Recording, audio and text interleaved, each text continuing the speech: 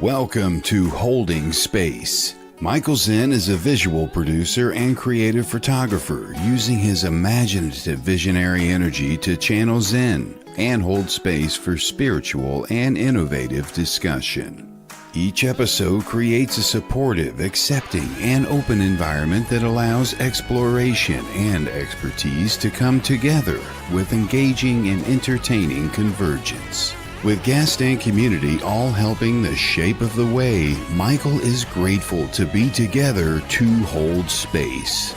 Now here is your host of Holding Space, Michael Zen. Yes, here I am.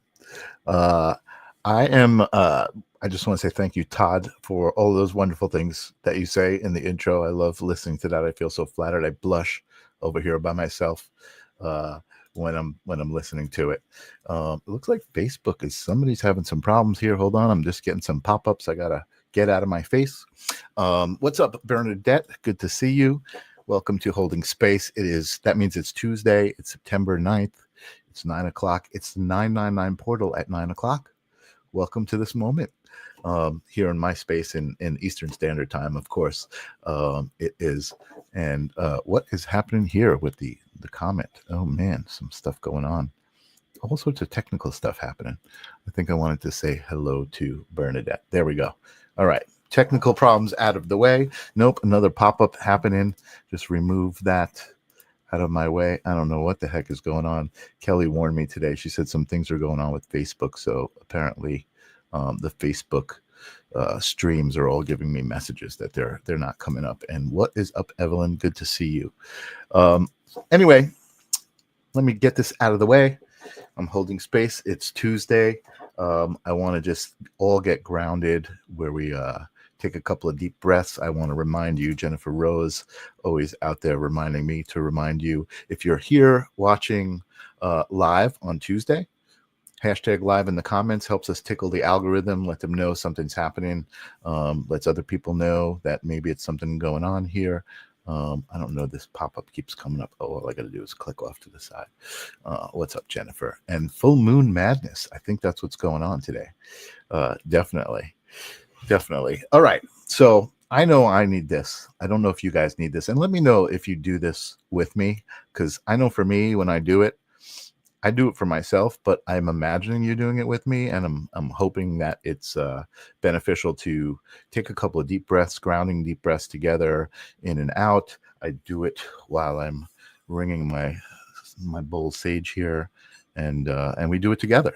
So it's usually like a nice 1, 2, 3, hold, and then I push it out like that. All right. So let's do 3 of them together.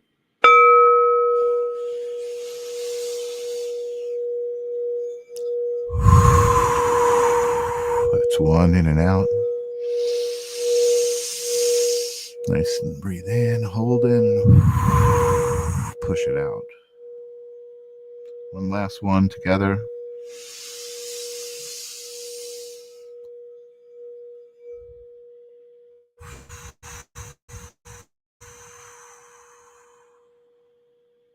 Pushing out everything from my day, from these technical difficulties that were just happening, feeling them just leave and put me in the space where I need to be so that I can hold space for an awesome new guest. I'm super pumped. I was in the green room, I guess they call it, the backstage, the virtual, the backstage before the show, talking to my guest who I haven't met yet and I had no idea was from the UK. Kelly's been booking my guests, and she said, "You got Simon Stone coming on." I was like, "Awesome!" And I looked him up, and I didn't really find much. And I was like, "Oh, interesting, a mystery." And there you go. He said hello, and I found out he was from the UK. So I am going to stop babbling like I usually do here at around 9:05. I find myself babbling, and I'm going to welcome to Holding Space the incredible Simon Stone. What's up, Simon? Good evening, Michael. Good morning, good afternoon, wherever anyone's from. But thank you. Pleasure to be here. Awesome. It's great to have you. I'm super excited for this conversation as we started getting to know each other and, knew that we were kindred spirits and kind of came from the same source, right? Which is I think we knew that anyway, but we knew that we could talk about it and kind of relate to that idea. So I'm very excited to talk to you. So you come on my show. I'm usually holding spaces for psychic mediums and channelers and all sorts of metaphysical modalities. And Kelly told me you were an evidential medium, but in looking you up, I also saw that you were a Reiki practitioner, Reiki master, or Reiki, which is to me totally related, totally the same thing. My wife is a Reiki master as well, and I just believe everything is energy. So everything's an energetic exchange. Even a medium is having an energetic exchange with a different realm, and Reiki is an energetic exchange with the living person, and just being able to kind of connect and do stuff. So tell me how you got involved with energy. Well, first of all, I just want to say, like you say, it's the 9th of the 9th today. The energy portal. We've had the blood moon recently, solar eclipse, lunar eclipse. We've got so much going on, and it is, and I completely agree with you.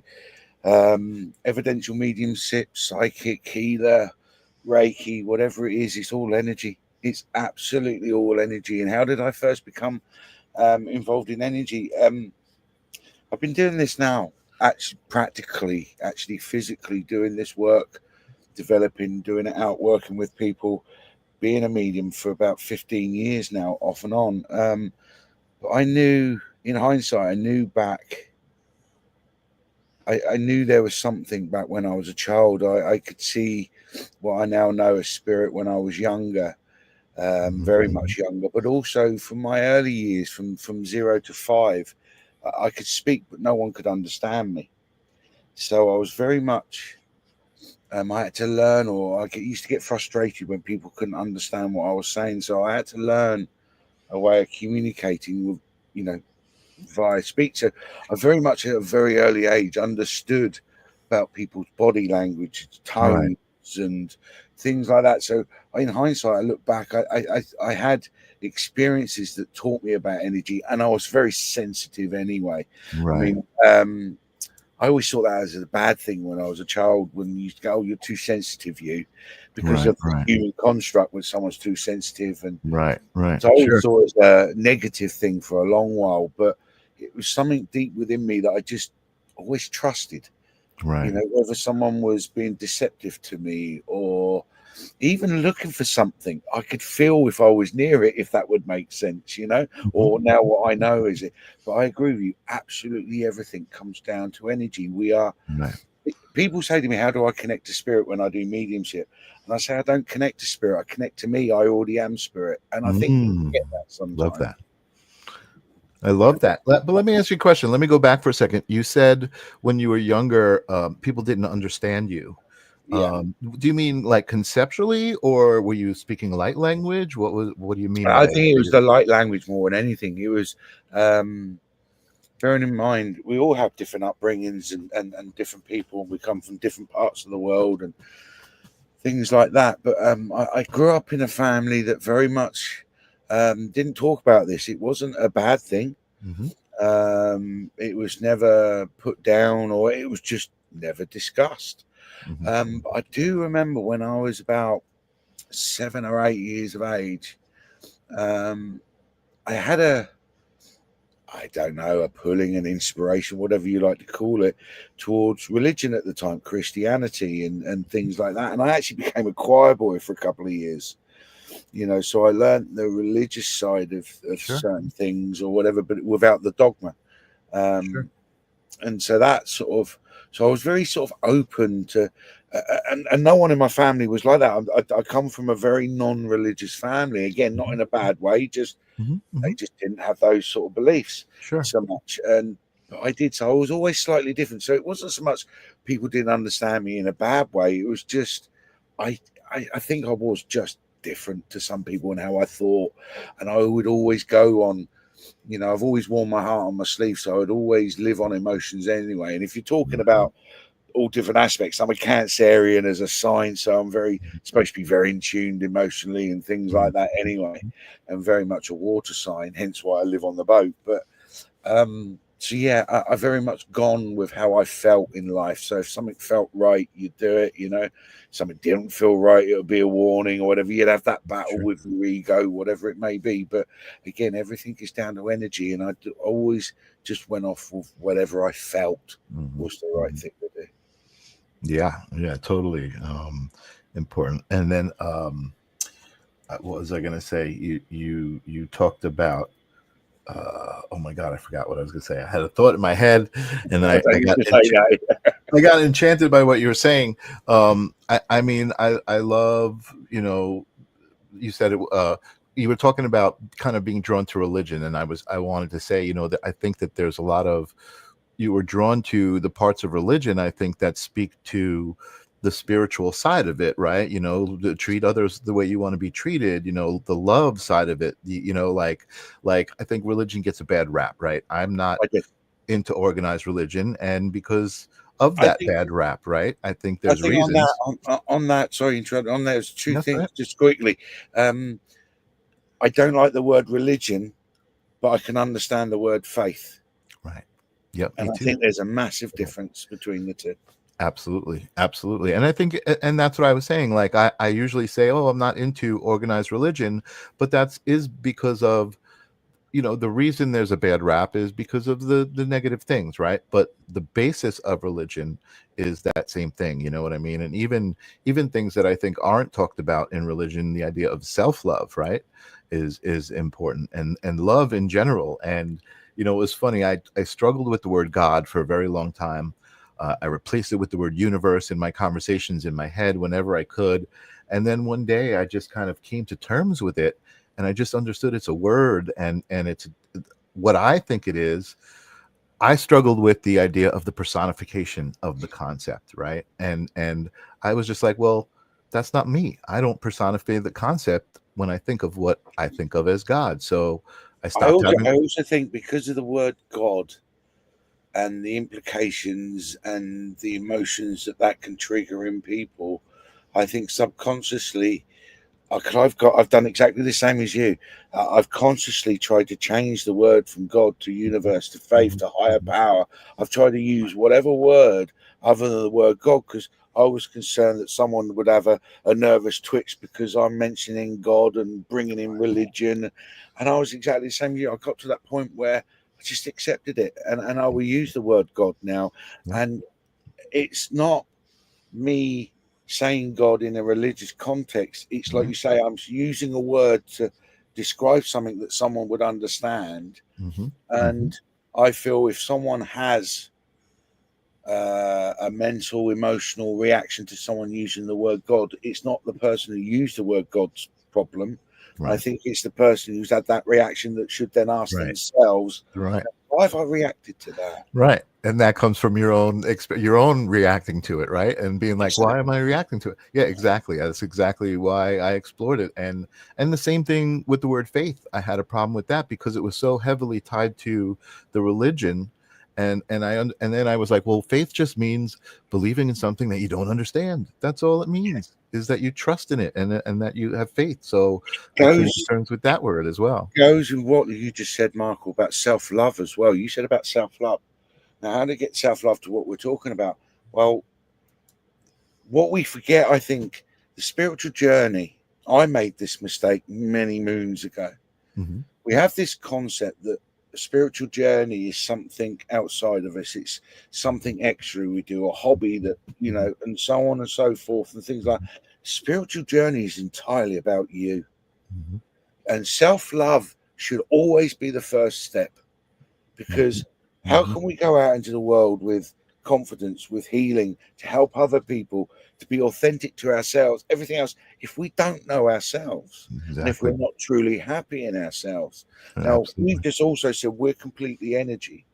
Now, if we're a ball of energy or an energy being that's walking around and has got unresolved conflicts deep within us, any triggers or traumas, any perceptions that may not quite be right or whatever, they're going to create energy within us and going to create conflict or the opposite or whatever it is, depending on what energies you're coming up against.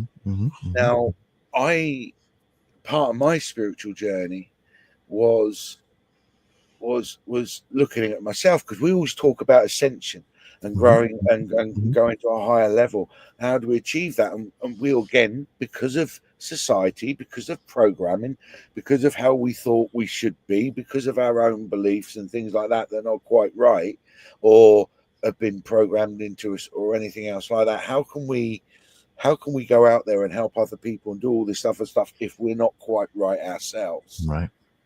And I remember reading somewhere, and it was only relatively recently, a couple of years ago, in America, I believe they'd done a study with about 20 to 30,000 people to study the power of energy.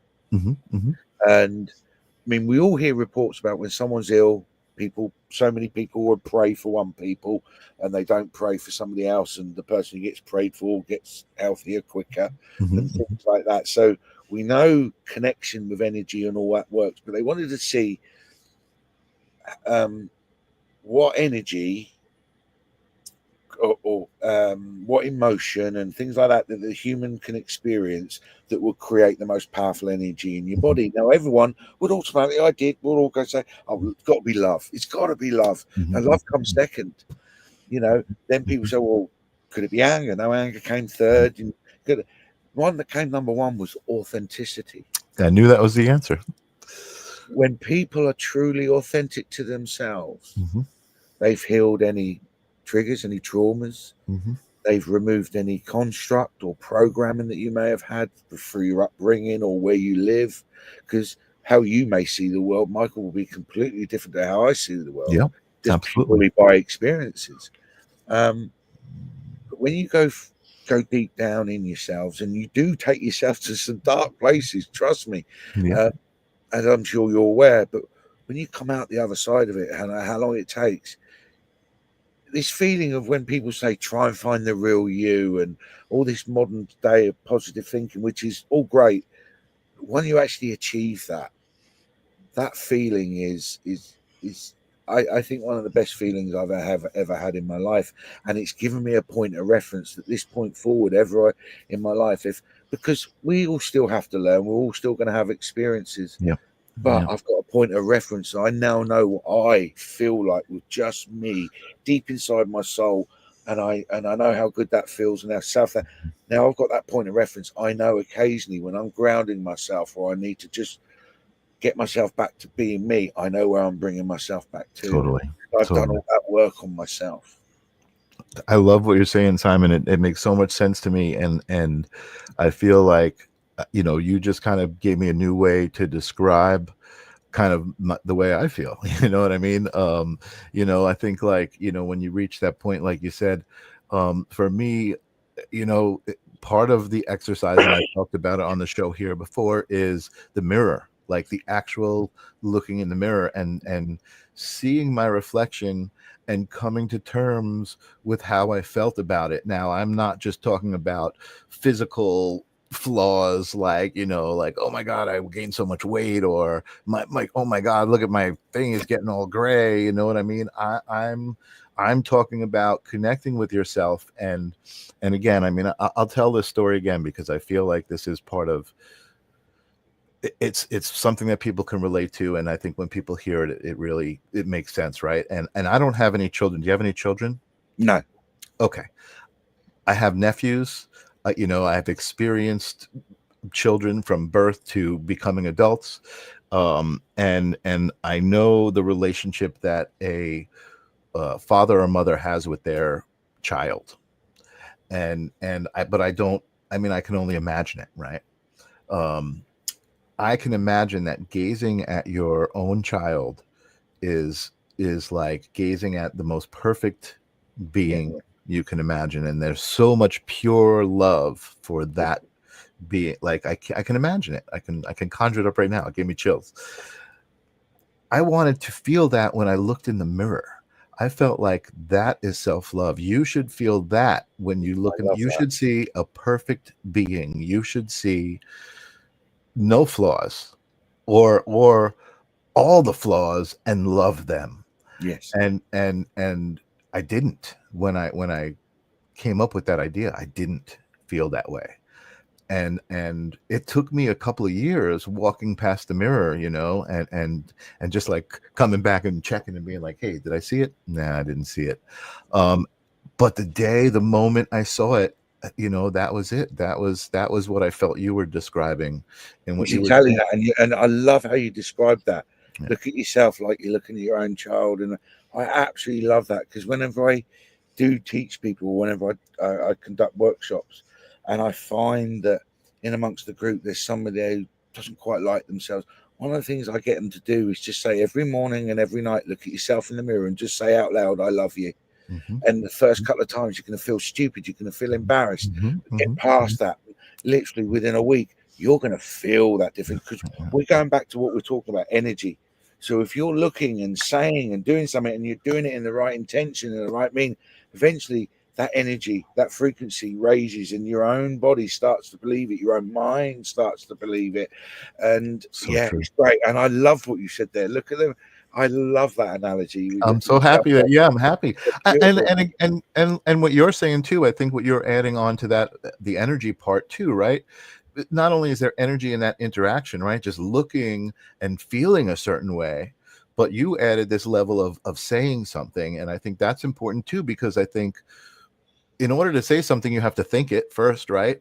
So I think thoughts are very powerful, and then words become frequency, and you're putting out a frequency, and consistently putting that frequency out, and like, look what it translates into. And it sounds so silly, and it sounds like, how is that possible? How could that work? I love what you just said there again. It's another saying that I've been saying for a long while.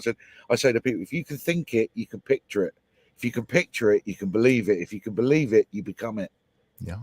Yeah. And that's how when we start edging into the realms of manifestation and things like that, this is all it is. It's creating that vibration, energy, and saying it out loud, like you just said too, saying it out loud, right? What's religion, right? We're talking about religion, and the Lord said, let there be light, and he said it. He's the words, the frequency made it so. This is how it all works. This is spiritualism, energy, whatever you like to call it. We were talking briefly, I love that we said about the green room before. There's been a massive shift in the last 5-6 years. We all know that. We felt that. We can speculate and talk about that anyway. But there's been such a shift, not just in this last 6 years. I've been doing this now, like I said, for about 12, 15 years off and on. And before, I'd done a lot of stuff online. I used to do a sort of a circuit of local spiritualist churches, local spiritualist groups where I used to live, and I'd go around, do demonstration services. Lovely, learn learn what you do, get better, because we all get better, even mediums and psychics. We all get better and everything else. So that's how I sort of learn my craft, as it were, as some people like to say, whatever. But I've forgotten where I was going to go with this. Actually, I hate that one. now you did it. My mind went there. But it's that was it. There's been a massive shift from back in the day when I grew up.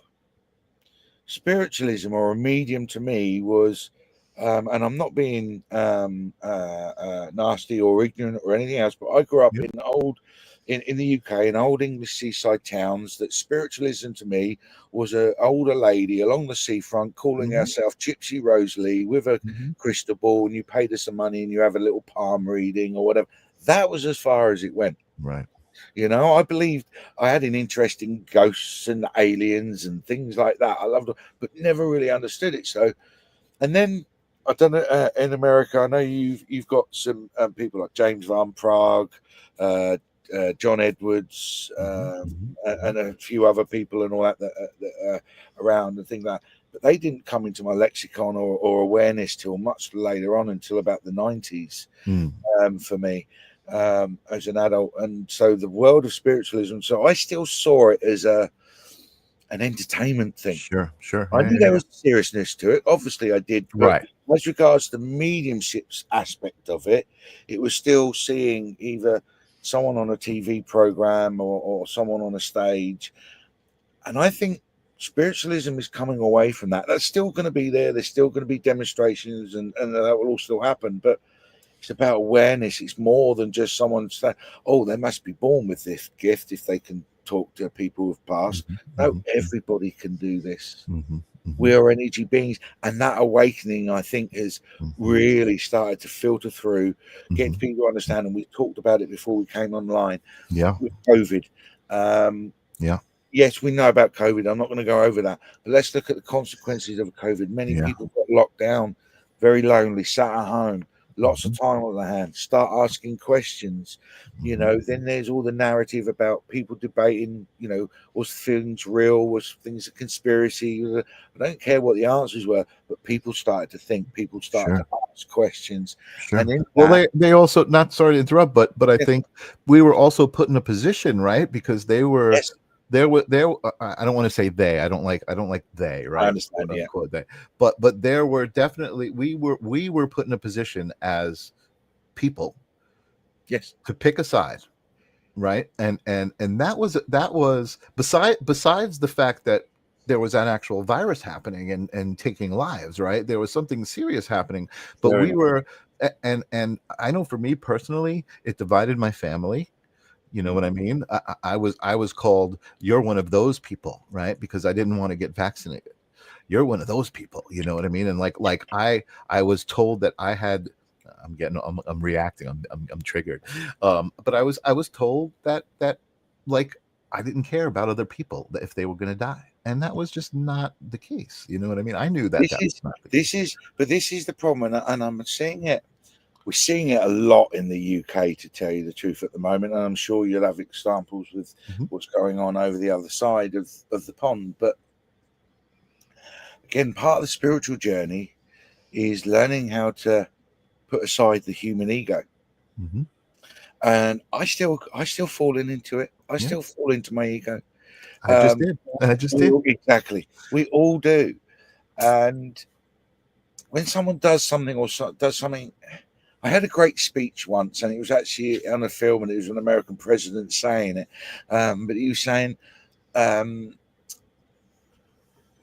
let's see you advocate against somebody who spends their lifetime advocating against what you would spend a lifetime fighting against yourself, and accept it and respect it. Then at least you it was a reference to you, then you're living in the land of the free.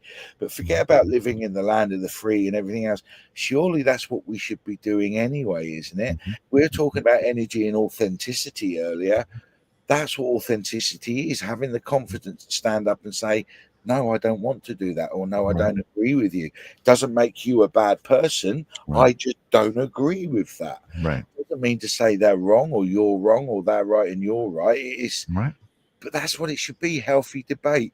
But I feel the problem is you then have people, whatever, I don't know, egos that want to control narratives, want to direct the flow of other people, where the only thing we can control in this life is our own self. That's the only thing that we have full control of, is ourselves. That's it. And I've said this the other day, and I've said this many times. We don't change the world by jabbing the finger in someone's face, telling them what they should and shouldn't be doing, or arguing with them, or whatever. The way we change the world is by being the inspiration, by working on ourselves, trying to be the best versions of who we can. Yes, we will make mistakes. Yes, we will do things wrong, but we learn from them and we become a better human, and so on. And then what happens is people look and they go, why are they so happy? They're having a great life. They may not have any money, but they look really happy. Like, do you know what? I want a piece of what they've got. And that's how we change the world. By being the best versions of who we can be. Yeah, I agree. And you were saying it earlier, authenticity, right? Just that's a lot of times I think that's, I don't love the word spiritual journey, right? Myself, right? Because you say it, I think it's just misread, right? For me, spiritual journey is life. Life is the spiritual journey, right? This moment is the spiritual journey.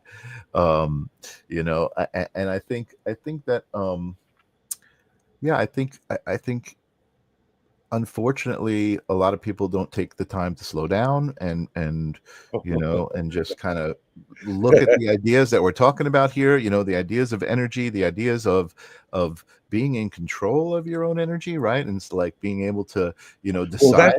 this is you saying being control of your own energy. That's perfect. I understand what you're saying about spiritual journey, because everybody's journey is going to be different. Like your journey is going to be different to my journey, because my lessons are going to be different to your lessons. And so saying spiritual journey implies that there's a set process that you have to go through, Right. and there Right. not. The Right. journey is your journey. Right. Right. So like you say, how you keep yourself in check or react. How do you do that? You have to do that by digging deep in yourself, learning all your triggers and traumas, learning all your learned behaviors and why you do them. So when someone says something that would ordinarily trigger you, because you've done that work and you processed it and you've laid it to rest, you're not going to get that trigger. You're not going to get that reaction. Right. And this is what I'm saying. So the more we look at ourselves, the more we find peace within ourselves, as you said earlier, accept so much more. Because you said it yourself, you changed the word God to something else. Right. It wasn't just your understanding of it or whatever. It was also a fear of what other people would think by using the word God. Right. And we've allowed an external energy to affect us, to change how we, and then suddenly, like you say, you get that acceptance, you find that peace, and then you find it's okay. Do you know what? If I use the word God, they know what I'm talking about. Why do I need to use a specific word? Right. That's the problem. I think there's too many things out there where if you don't fit a certain person's narrative, then it causes divisions. And I think some of those divisions are purposefully caused. Right. I genuinely do, because you keep people divided, then you can control them. exactly. Yeah. Listen, I'm not a big fan of like fear-based living, right? And conspiracy theories and even that stuff. I try not to talk about it. But it doesn't mean that I don't agree with some of those things, or not aware that some of those things exist and happen. You know what I mean? And like you said, it's like, well, I mean, and me too. I feel like energy is everything. So do I give that energy, or do I not give that energy, right? And so I don't give that energy by saying, okay, I'm not even going to think about that. I'm going to just focus. I'm going to do things that make me happy, things that feel right to me. You said feelings and emotions. And that's not being selfish either. And then, no, absolutely not. Absolutely not. And again, that's knowing yourself and loving yourself, I think for me that is, and some of my audience knows I'm actually working on getting it to a physical point where I can actually print it. But I worked on this book, kind of collaborated a little bit with AI called "You Are the Answer," right? Because I feel like that everybody asks, why am I here? Why am I here? Why am I here? And you are the answer is what I think when I hear that. You're here to be you. Nobody else can be you, and you can't be anybody else, no matter how hard you try. So that's the purpose. And I just heard Bashar. I don't know if you know who Bashar is, Daryl Anka. I just heard Bashar say, the meaning of life is to give it meaning. Yes. And the thing about that's so brilliant is that's different for everybody. If you want to be completely a world-class cellist in an orchestra, or an Olympic swimmer, like, go and be it. Then go and be it, right? I very much, you mentioned Bashir. I love trance. I love that, and I was very privileged. I was very, very, very lucky in my development. Like I said, about 15 years ago, I made a conscious decision to start going to circles to try and develop and look into things like that. And a lady who ended up becoming my mentor, she does trance and things like that. And I've got many recorded hours of sessions of trance with this spirit, and the lessons and the information that me and a few other people there, that all this information, and we were taught so much, and it's all down to perception and belief. So we create the worlds around us. So like you say, if you want to be a world renowned cellist or you know, whatever, then go and do it. But you've Yeah. got to put your energy and your intention into that to go and do That's it. right. Or That's it's right. not just handed to you. And so, like Bashir said, you create life. Yeah. So make it, go and live it, do the things that you know, but also have a, I also believe, I do believe in that you can have in this believing you can do anything and achieve anything. But I Mhm. think there still has to be a certain amount of pragmatism to it. And Sure. what I mean is, Michael, if you suddenly woke up one day and say, do you know what? I want to be the quarterback for the Dallas Cowboys, you know, Mhm. in this moment where you are in this life, practically, let's be honest, it's not Right, really right, right, right, right. happen, is it? Of Do you course, know what of I mean? course. Sure, Because sure. I I know think there exactly what has you to be mean. a certain amount of realism in there. Unfortunately, it takes us this long in life to realize these Oh, things. yeah, If I knew because this I at had all 20 these years, yeah, thoughts and feelings years right. ago. If I knew at 20 years old, you know, Yeah, things would be a probably be different, you different know? matter. But again, that's your journey. Yeah. Maybe you weren't meant to have that feeling, those thoughts until this moment in your Right. life. I This I believe I absolutely was, or else I wouldn't have. You know, exactly, that's what exactly. happened. But again, I struggled with this for a little while because I'm a human ego. Divine timing. Mhm. You know, I want things, I want them now. But Right. again, that's the society we've been bred into, we've been brought up in, and we've been led to believe. You know, I don't feel like that now, but there's still times I get impatient and Right. things like that. But I have come to surrender to that divine timing, and what will be, and it will happen when it's supposed to Yeah. happen. Yeah. Yeah. Yeah. And the freedom that gives you, actually, I think we forget that as well. When you can let go, Yeah. don't get me wrong, there's still moments where I grab hold on tight and things like Oh, that. I still do. it's part of But being human, it's unfortunately, exactly. or fortunately, or fortunately.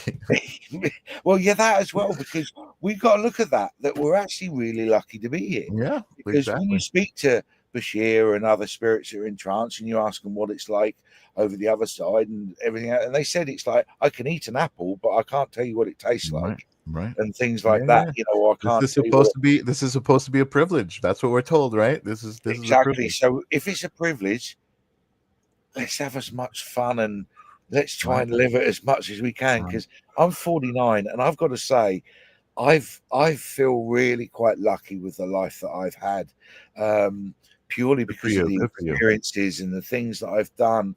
I feel like I've lived three lifetimes in my Awesome. 49 years with the amount of different things that I've done. I mean, I traveled the world for like 10 years and That's awesome. experienced different cultures and everything else like that. And I feel extremely privileged for the life that I've had. And I just wish that on everybody else. And that is called gratitude. That's one of the, like, I would say probably there's 5 ingredients, right? And that's definitely one of those top 5 ingredients to living sane and happy and productive and giving to others, right? Even just by being authentic, that's the authentic part of that authenticity, you know. So Yeah. I was thinking about this, and I'm worried. I'm wondering what your opinion about this. This is a little far out there, so forgive me for No. jumping on a tangent. Right? I believe that we are part of a collective. I Yeah. believe that we are all one when it comes down to it. Like I am you, you are me, right? And that's hard to wrap your head around.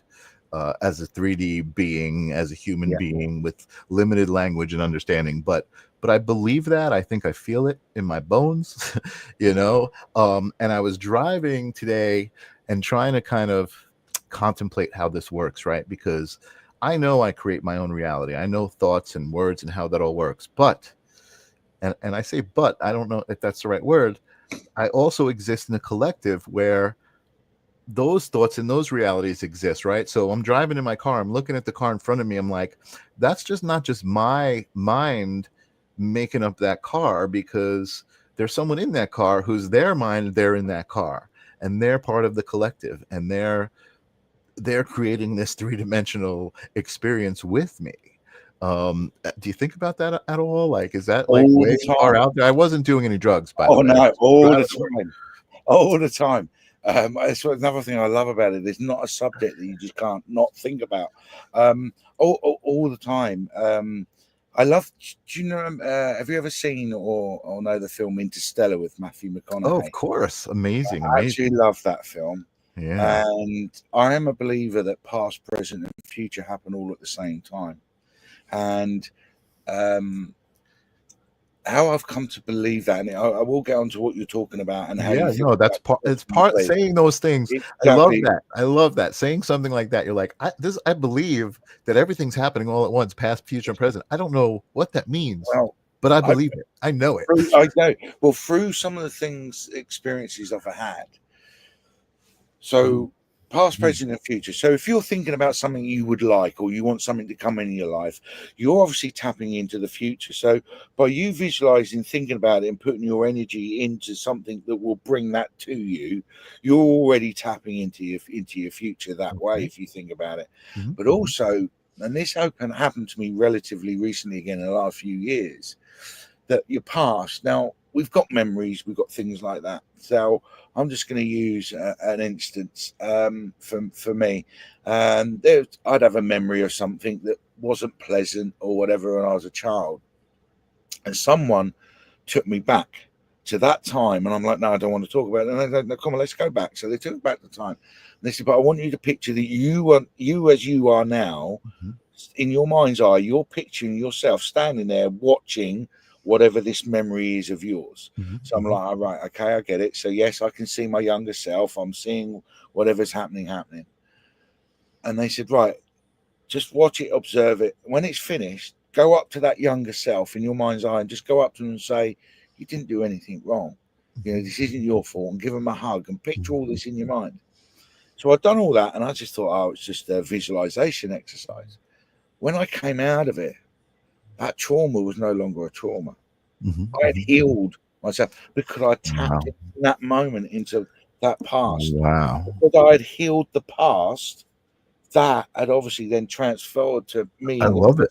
Where that feeling, that trauma was no longer there. I've heard a lot of stories like that, which are amazing to hear. But now I heard something recently that I've got to ask you in that story, right?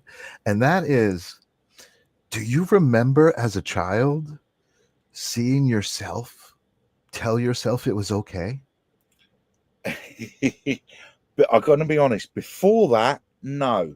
Okay. As soon as I've done that, I have a memory of a child of having an image or thought or something. Wow. So what you're talking about, so yes and no. Now, is that a yes because of the experience that I had that then created that memory, or is that a true memory? Yeah, Jennifer, like she said, trauma release. It is. Amazing. But this is what we got to do.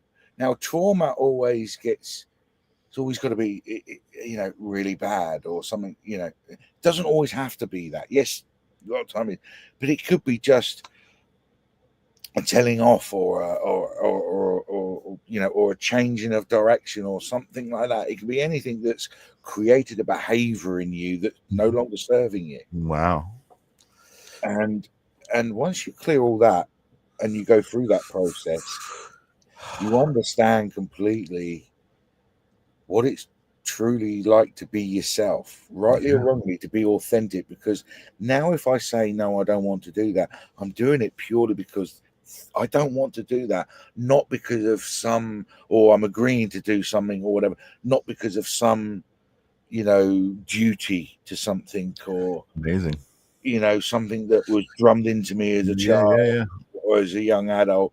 Now I'm making decisions purely on how I. Yeah. What an incredible story. And it makes me want to have that experience. I want to do some sort of workshop or exercise where I can go back and talk to my younger self, heal something, and then have a memory of seeing myself, right? We're talking about it, thinking about it, visual.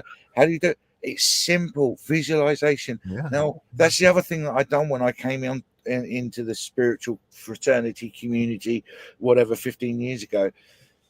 For a couple of years, I used to sit there and all these people would talk about stuff, or I'd listen to stuff, and inside my head, I'm going, I haven't got a clue what you're talking about. Right. I can't relate what you're talking about to my normal everyday life. Yeah. So part of my development was I learned how to translate a lot of how people talk into, right, but this is what they actually mean. This is how it's actually going to affect your everyday life. I get what you're saying, yeah. Do you know what I mean? Absolutely. No, I can remember being as real as I can. Even in my readings, I always say to people, because I work slightly differently. I connect psychically, and I connect psychic. So if I was giving you a reading, Michael, first of all, I'm not at the moment, but first of all, I would pick up on an energy around you, what you are, and I'll start talking about that first. How you doing, Michael? Blah blah. And as I'm talking, then I'll feel spirit, because it's an external energy coming into me. So Right. again, because I've been through all the work that I've been through on Right. myself and everything else, Right. and I'm naturally clairsentient, empath, Sure. and very sensitive anyway.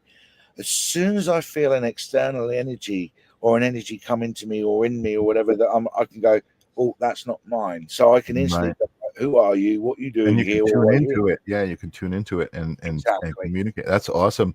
Evelyn is asking a question. She says, what do you think about changing the outcome? I've heard that as healing modalities too.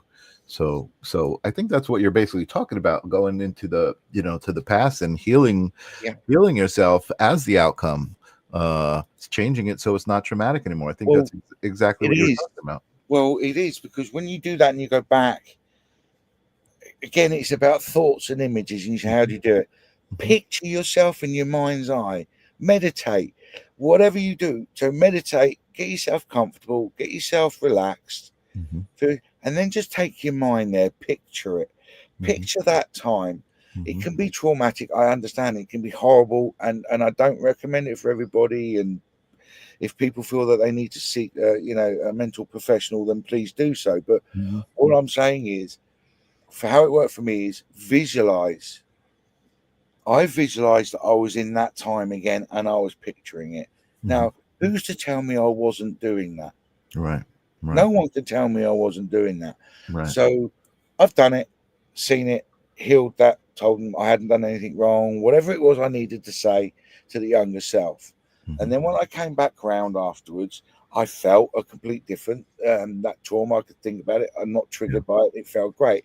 However, what I would also say, and to reply what Evelyn said, I did notice some subtle differences as well, not just in me, but in my life around me. It's like, oh, that's slightly different, or that person talking to me in a different way to how they would normally do. And it's almost like you change dimension. I was going to say, it sounds like jumping timelines, right? It does, what yes. people And I refer to think that that's as. what Right. happens. Yeah. I genuinely think that's what happens. Sometimes when you go and heal a part of you and you come back, you bring your consciousness back to the present moment. I think you're on a slightly different timeline. You're on a slightly different, it's still the same thing, because your life is still generally the same. Yeah. You're making me think now that even timelines are energetic. They are. Right. Because So like timeline's a perception again. Yeah. Timeline's what you believe. Totally. Like you said, Michael, what world do you want to live in? What world do you want to create? That's been the theme of the last couple of weeks. Everybody on my show, I don't know you, Simon, but everybody on my show knows I went to a retreat in Costa Rica about a month ago. I went down a waterfall. I lost my eyeglasses. I can't see 3 feet around me. I was in Costa Rica. I wasn't getting new glasses. I just kind of dealt with it. It was like the universe was, I knew everything was okay. I was with my girlfriend at the time, and there was a guy there who I knew who was ordained. I said, "You think he'll marry us?" And she said, "Yep, let's do it." I got married spontaneously in Costa Rica. I came home and I said, "Holy shit, I just created my own reality." And it was so amazing. Jennifer puts it there. We shift frequency. Yeah, totally. We're talking about energy. Everything is vibration, frequency, and energy. Yeah. Now, I came to that conclusion many years ago anyway, because by trade, I'm an engineer. I worked in the British Royal Fleet Auxiliary, part of the Navy, and so on and so forth. And I learned about resonant frequency with that. And then as I sort of grew up and learned more things, that's when it transferred over to spiritualism and energy and frequency. Now, people say, oh, we feel energy. Yes, we feel energy and everything, but we also create it. We're energy generators. Yes. Everything is energy. How many times do we have to say it? Exactly. But it's how many times we've been around someone who's naturally a happy-go-lucky person. We've spent 5 minutes in their company. They've gone off to do whatever. And then suddenly for the rest of the day, we feel really good about ourselves. We feel really quite uplifting. We feel, oh, I've had a good day today. Well, it's because you've been around someone that's lifted you up. how many times have we been around people that The opposite. feel a little bit down and Yeah. drained? We spend 5 minutes, they walk away, and suddenly we feel like walking Yeah. around like we've been drained of all energy. So So, true. so we create the energy Right. that we want to. How many times we put on a piece of music that we love and it lifts our spirits? You know, Those are great examples of how energy is everywhere and how we live exactly. energetically. Everything's an energetic exchange. I also use the example of, you might like this, sounds like you talk about this a lot, the idea of going to a concert or to a football game, right? And Oh, the collective energy atmosphere. that's there, right? I mean, everybody's there with an intention to have a good time and to be Yeah, in the moment, you're in the and moment, you're feeling everybody's it. in that moment, right? I mean, that's an So amazing thing. again, it goes to that. I love. I get a lot of references and information through movies as well. Like, but there's that film, isn't there, with Samuel L. Jackson and Bruce Willis, Unbreakable. Oh yeah. Yeah, and Samuel L. Jackson was talking about, he's one end of the spectrum, Hmm. and then Bruce Willis in the film is the other end, and it's the Hmm. same thing about spiritualism and frequency and energy and Hmm. all that. So my thing is, like you said, you mentioned concerts or music or football games or whatever, and with the atmosphere, and we can soak it in, and we can really, but we don't need external influences to do that. We can do it ourselves just purely by intention. Absolutely. I want to be happy. I am Absolutely. happy. I love who I am. I love you, Simon. I say that in the mirror and you think, oh, I love you and kiss you. No, I don't mean that. I love No. my soul. Yeah. Well, I like who I am. Absolutely. I've embraced the uniqueness and the differences and the thing. And I understand I'm here to learn. I'm here for reasons. And Yep. any interaction I have with anybody, any living creature, I know is meant to happen, and there's an exchange of energy. Totally. Total energy exchange is my favorite thing. And I know my audience is probably getting sick of this, but I think what's happening is I'm developing some content to be able to speak to a large audience, because the idea of the moment that you have an interaction with somebody, and this is very, very common, right? You're walking into work, you're walking into school, you go anywhere. Hey, how you doing? Mm. Right? Yeah. That moment right there, was I hearing? What was I aware of? Well, I was aware of a lot of people going, I'm hanging in there. It's Monday. Giving me all of this energy. Once I figured out energy, right? I was like, oh, I don't like that. So then I started to intentionally answer that question when I would have that interaction. People say, how you doing? I'd be like, I'm doing great. Hmm. I would look for something that I was grateful for so that it was authentic. I wasn't trying to lie and just say, oh, I got to say it's great because that's my experiment. Part of my experiment was actually meaning it and feeling it. Authenticity was part of that experiment. And man, it was like so quickly, it was like it became part of my awareness of, holy shit, look at how important energy is. Look at how much Exactly. control we have over energy. Yeah. You know what I mean? It was just such a simple thing with Yeah. interactions with people on a daily basis that really, it not only did it work outside of me, but it worked inside of me. It changed me. You know what I mean? Just by doing it. You reminded me of a film I love. It's called About Time. It's a British film, written No, I by don't know Richard that one. Curtis. Love it, and it's where a guy can take himself back in time and relive moments in time, Right. and it's the advice his dad gives him at the end of the film that I love. I absolutely love, because his dad could do the same. Uh-huh. And his dad came over. He said, "Do you know what the best thing about it is?" And he said, well, "Go on, then. What would you do?" He said, "At the end of every day I live, I will then purposely take myself back and relive that same day again, but notice all the things that I missed. Uh-huh. Someone, like you say, a coffee seller saying, 'Have a nice day,' and meaning it. Mhm. Someone just saying to you, I 'Hello,' love with a that. smile on their face I and love that. meaning it. And I miss all those things the first time around. And Mhm. once I got that concept, as you said, there was Yeah. just that little change of thought. I do that now. If I go in and buy a newspaper and I give the person behind the counter the money, and I say, 'Thank you very much. Have a great day.' And I just turn around and I smile when I do it, and they smile back. It's an exchange of energy. There's more authenticity in it. Yeah, you're I meaning used it. to mirror energy for so many years because I didn't understand it. Yeah. And if someone was standing there in front of me, grumpy and agitated, I would feel grumpy and agitated. And next thing you know, you're having a conflict and all that. Now, as Jennifer put it in the comments as well, and we've all mentioned, I transmute it. Yeah. I change it. They're grumpy doesn't mean to say I have to be. Yeah. And I change it, and then you'll notice by the end of it, they're not so grumpy themselves. You know, I feel like Obi-Wan, you know, the Jedi Master. Yeah, totally. I love it. These aren't the droids you're looking for. You know, that sort of thing. I'm so happy that that you came on the show and that we met. You're such an amazing guy.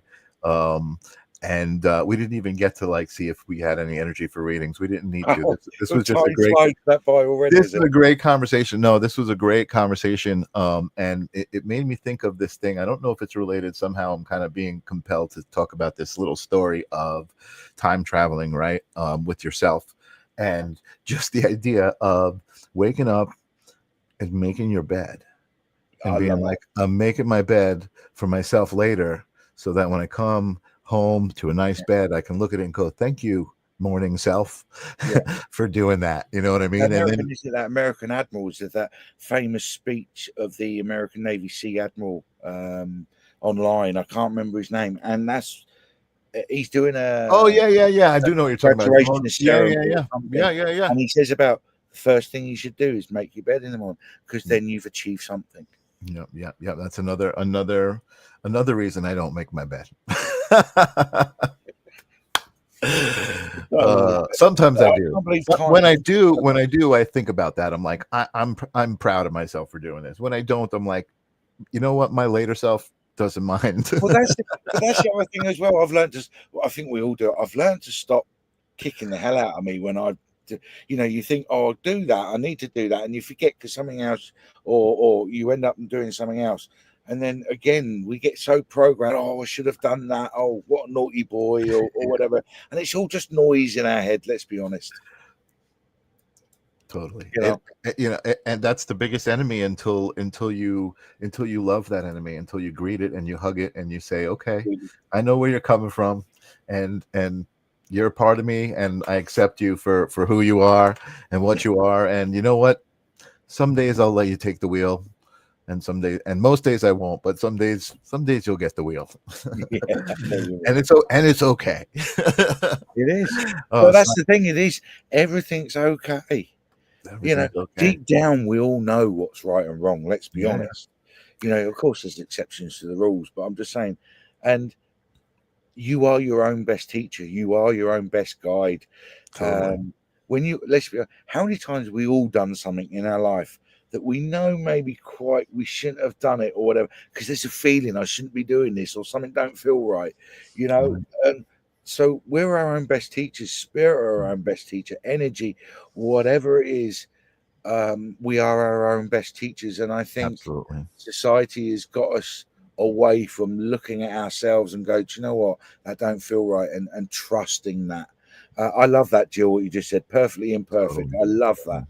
You know, I don't even call it imperfect, because that is, being imperfect is the perfect way to that's how you're supposed to be. I agree. It's an amazing oxymoron. But look at all the famous people throughout history. They were never normal people. No. When you start looking at them, they were always something a little bit different. They always stood up, but they were always someone who accepted their differences, their uniqueness, and they championed that, and that's what drove them forward. Absolutely. Authenticity. We said it. We hit a lot of good points tonight, Simon. I think we had a great conversation. I really enjoyed it for hours. Yeah, totally. We'll have to do it again for sure. We'll have to meet up more. Let me I don't even know what I got going on. I think next week I have Loriana is going to be on Holding Space. Loriana is a friend of mine who is a beautician, but she also is a spiritualist. So she talks about the inner beauty as well as the outer beauty, and kind of like connecting all of that. So we're going to talk about that next week. Anyway, Simon, again, you have been amazing. I don't want you to go away, but I'm gonna say goodnight to the crowd. Thank you guys so much, Jennifer and Evelyn and Jill and oh my God, so many people here. Catherine was here and Courtney Lopez. So many great people. Lynn Juneau was here. Amazing. I love this community. Thank you guys for always being here and supporting me and Simon. And what do you got going on next, Simon? Where can people find you? Just find me online. I've always I've always just been one of these people. Spirit will bring me the people that I'm meant to work with. Okay, yeah, I'll say I didn't see a website or anything. I'm not I would have put it up. Just find me on Facebook. I found you on Facebook, so yes, exactly. You can find. I'm sure there'll be things in the future where I'll come out more with other things, but I have worked a lot of Spirit will bring me the people that I'm meant to, and I work with the people that I do. But what I've got going on, just DEMS and services coming up. I'm going with the flow with Spirit. Yeah. But again, there's a lot of changes going on at the moment for everyone. Absolutely. There's a hell of a lot of shifting going on. We're talking about timelines. The last 6 months, people are being shifted and moved around. People are losing relationships, friendships, jobs, things. Okay, we'll see it as negative, but we know, Michael, it's a clearing, and then they bring in the new thing. Next thing you know, you've got a new job, or you've got a new relationship, or you've got a new friend, or whatever. There's a lot of changes going on. So there's a lot of up and down amongst people. So at the moment, I'm doing a lot of healing. I'm helping a lot of people with energy work, or just talking to people to get them to, oh, okay, I get it now, and it brings them peace. So at the moment, I still feel there's a lot of that, and September's going to be very busy for energy anyway. So yep. Sorry, truth. A lot of truth, Simon. I definitely feel what you're saying.